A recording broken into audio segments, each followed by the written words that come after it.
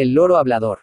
El tío Salvador, que había llegado de América en el mes de abril, había regalado entre otras muchas cosas a su sobrinita Lola un precioso loro. Tenía un brillante plumaje, se balanceaba con gracia en el aro de metal que pendía de su jaula, pero lo que más llamaba la atención de la niña era que hablaba lo mismo que si fuese una persona. Lo primero que hizo fue enseñarle a decir su nombre, lo que el loro aprendió pronto y bien, pero no tardó la niña en arrepentirse de ello porque más de 20 veces al día tuvo que dejar sus estudios y sus juegos creyendo que su abuela la llamaba, porque el loro hablaba lo mismo que la anciana cuyo metal de voz parecía remedar a cada instante. Lolita tenía un hermano mayor con el que no congeniaba mucho porque Gabriel, que así se llamaba, la reprendía a cada instante por sus defectos, que a la verdad no eran pocos. Así es que buscaba la compañía de una niña de su misma edad, hija de los jardineros de su casa, porque la pobre criatura se avenía a todos sus caprichos sin atreverse a contradecirla jamás. Lola era caprichosa y mal criada, porque sus padres y su abuela la mimaban mucho y, a pesar de verse tan querida, envidiaba la suerte de cuantos la rodeaban creyéndose la niña más desgraciada del mundo cuando tenía una pequeña contrariedad. El tío Salvador, que era su padrino, le hizo pasar una temporada feliz mientras permaneció a su lado, porque no hubo juguete que ella deseara ni traje que le agradase que no le comprara enseguida. Pero el tío tuvo el capricho de visitar Andalucía y partió a los 2 meses de su llegada en busca de otros parientes a los que también hacía algunos años no veía. Una tarde que los padres y el hermano de Lolita salieron, se quedó ella en el jardín jugando con la otra niña, que se llamaba Amparo. Llegaron corriendo cerca de la verja que separaba su posesión de otra aún más hermosa, donde varias niñas vestían una muñeca de tamaño extraordinario. Lolita no tenía ninguna tan grande ni recordaba haber visto jamás ninguna así. Luego sacaron un oso que bailaba, una jardinera que con un carretón lleno de flores andaba después de darle cuerda, y una porción de juguetes a cual más bonito y más nuevo. Lola estaba pálida de envidia y se alejó de allí para no ver aquellos objetos que la hacían sufrir de una manera cruel. Vamos a jugar con tus muñecas, dijo Amparo. Mis muñecas. Qué feas son, exclamó Lola llorando, yo quiero una como esa. Ha costado 250 pesetas, dijo Amparo, lo he oído esta mañana. ¿Por qué no reúnes tu dinero para comprarte otra? ¿Cuánto dinero es eso? Preguntó Lola. No sé qué duros serán. Espera, lo ajustaremos. 25 y 25 pesetas son 50 y 25 son 75. Yo no tengo más que 75 pesetas, o sea 15 duros, luego 250. Hizo muy despacio la cuenta, y al fin dijo. Son 50 duros, me faltan 35, ¿de dónde los voy a sacar? Pide a tus papás y a tu abuelita. Es verdad, buena idea. La abuela, que no había salido, dio a Lola 2 duros para satisfacer su capricho, pero ¿qué iba a hacer ella con 17? Cuando volvieron los padres y Gabriel, Lolita les pidió dinero para una muñeca, cuyo precio no se atrevió a decir, pero con gran sorpresa suya su madre la abrazó llorando y no le dio nada. Su hermano le enteró de lo ocurrido refiriéndole que su padre había perdido en una quiebra su fortuna, que tenía además que pagar una deuda sagrada y que todo el dinero que hubiese en la casa sería poco para salir de aquel compromiso hasta que volviese el tío e hiciese algo por ellos. Gabriel entregó a su padre lo que tenía ahorrado, pero Lolita no le imitó. Gracias al empeño de algunas alhajas de la madre se completó la suma y aún sobró algo para ir viviendo hasta el regreso del tío Salvador. El día en que el padre de Lolita debía efectuar el pago, la niña vio sobre la mesa de despacho muchos billetes de banco y algunas monedas de oro y plata. Una atracción extraña le hacía entrar en aquella pieza a cada momento y, sin comprender la importancia que la deuda podía tener para su padre, solo pensaba en que uno de aquellos papeles de color le darían fácilmente la deseada muñeca. Amparo se hallaba con la niña y, acaso adivinando su pensamiento, trató varias veces de llevarla al jardín para que jugasen. Bueno, dijo Lolita al cabo, ve a buscar mis muñecas, llévatelas bajo el emparrado que yo iré a pedir a mamá las que me tiene guardadas por ser las mejores. Amparo se alejó y Lola, después de un instante de vacilación, se acercó a la mesa y cogió un billete de 100 pesetas. Nadie la había visto. Corrió a su cuarto, abrió su hucha, que era una cajita con llave, y metió el papel en ella. Después pidió sus juguetes a su madre y se marchó al jardín. Al reunirse con Amparo vio que ésta hablaba con sus vecinas. Estas le decían que se iban a marchar para hacer un largo viaje y que no podrían llevarse su hermosa muñeca, que era de esas con articulaciones y que tenía varios trajes y sombreros. ¿Y qué queréis de ella? Preguntó Lolita acercándose. Si hay quien nos la compre. Yo, interrumpió la niña, la tomaré si me la dais por algo menos que su valor. ¿Cuánto tienes? 37 duros. Pues trato hecho. venga el dinero y toma la muñeca por la reja, puesta de lado y sin vestir creo que podrá pasar. Pero tú no tienes tanto dinero, murmuró tímidamente Amparo. Sí, mi tío Salvador me ha mandado 100 pesetas, contestó Lola faltando a la verdad con el mayor aplomo.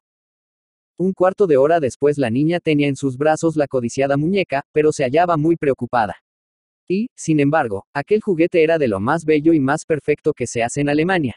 Pero a Lola le parecía que pesaba demasiado, que sus pequeñas manos no la manejaban bien y que jamás podría lucirla llevándola a paseo. Cuando su padre fue a pagar al importuno acreedor, halló, no sin sorpresa, que faltaban 20 duros de su mesa de despacho. Avergonzado pidió un plazo de 24 horas para reunir aquella cantidad y no dudo que en su casa se había cometido un robo. En su cuarto no habían entrado más que Lolita y Amparo y todos acusaron a la segunda, excepto Gabriel. Como aquello no podía probarse, se contentaron con prohibir a la hija del jardinero la entrada en la casa y todo trato con Lola. Esta dijo que las vecinas al partir le habían regalado la muñeca y nadie pensó en unir un suceso con otro, creyendo que Lolita decía siempre la verdad. Entretanto había vuelto el tío Salvador sacando a la familia de apuros, pues era muy rico. Una tarde se hallaban reunidos en el jardín y Lolita jugaba con el loro. Di Lola, le ordenó la niña. Y el loro dijo enseguida. Lola es mala. ¿Cómo se entiende, pícaro, quién te ha enseñado eso? Preguntó ella muy disgustada. Lola es mala, repitió el loro. Amparo es buena.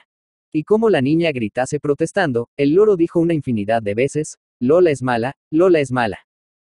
Sabéis que este loro es muy inteligente. Objetó Gabriel, parece que mi hermana comprende que tiene razón porque se ha puesto muy encarnada, y no es de indignación al verse calumniada sino de miedo al ser descubierta. ¿Has hecho algo malo, Lola? Yo no, contestó la niña muy turbada. Y a propósito de Amparo, prosiguió Gabriel, saben VDs. Que la pobre niña está muy enferma. Amparo es buena, repitió el loro al oír el nombre. ¿Qué tiene? Preguntaron los padres de Lolita. Empezó su mal por una gran tristeza al verse despedida de casa y, aunque adivinaba la causa de esto, no se atrevía a hablar. No comía, ni dormía apenas al ser tratada como una ladrona, y le dio una violenta calentura que ha puesto en grave riesgo su vida. Al saber esto la visité y logré me dijese lo que había callado a todo el mundo. Es falso, le interrumpió la niña. ¿Y cómo sabes tú lo que voy a contar? Preguntó severamente el hermano mayor. Lola es mala, gritó el loro. Pues el caso es, prosiguió el joven, que Amparo en efecto no cogió los 20 duros, que quien los tomó fue Lolita, y está dejado que calumnien a esa pobre niña cuando la indigna de estar en esta casa es ella. Lolita quiso aún protestar, pero al oír al loro repetir que era mala, le dio tal terror que tuvo que confesar su enorme falta. Lo primero que hicieron los padres fue obligar a Lola a pedir a Amparo perdón y esta, desde que se supo que no era culpable empezó a mejorar. Regalaron a la hija del jardinero los mejores trajes de Lolita y todos los juguetes de esta y decidieron dar un ejemplar castigo a la niña mala.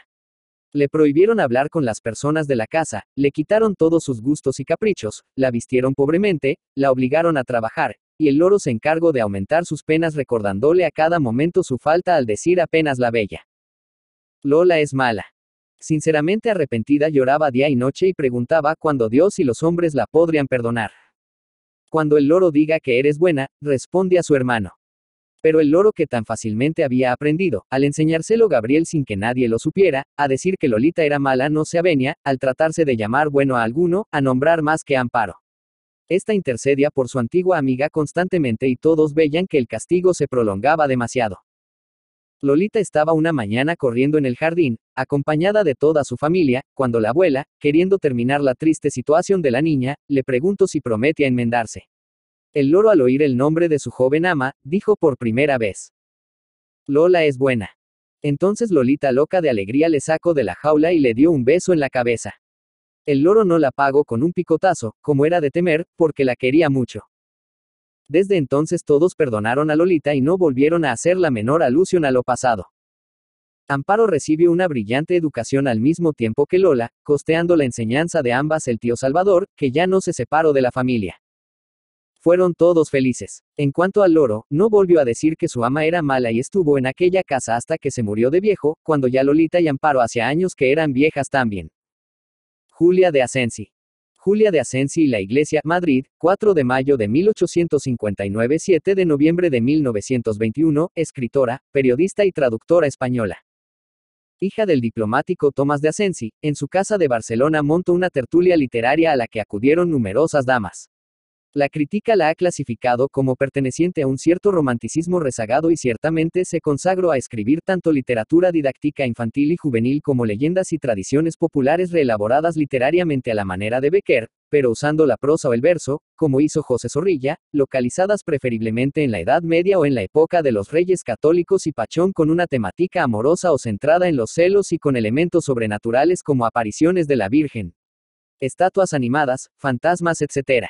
Muchas de ellas las imprimió primero en publicaciones periódicas, como Revista Contemporánea o en el Álbum Ibero, Americano, 1890-1891, dirigido por Concepción Jimeno de Flaquer.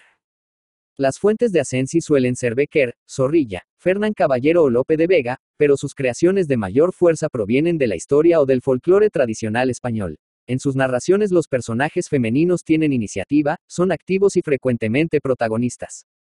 Como escritora costumbrista participó en la antología de Faustina Sáez de Melgar Las Españolas, Americanas y Lusitanas pintadas por sí mismas, 1886.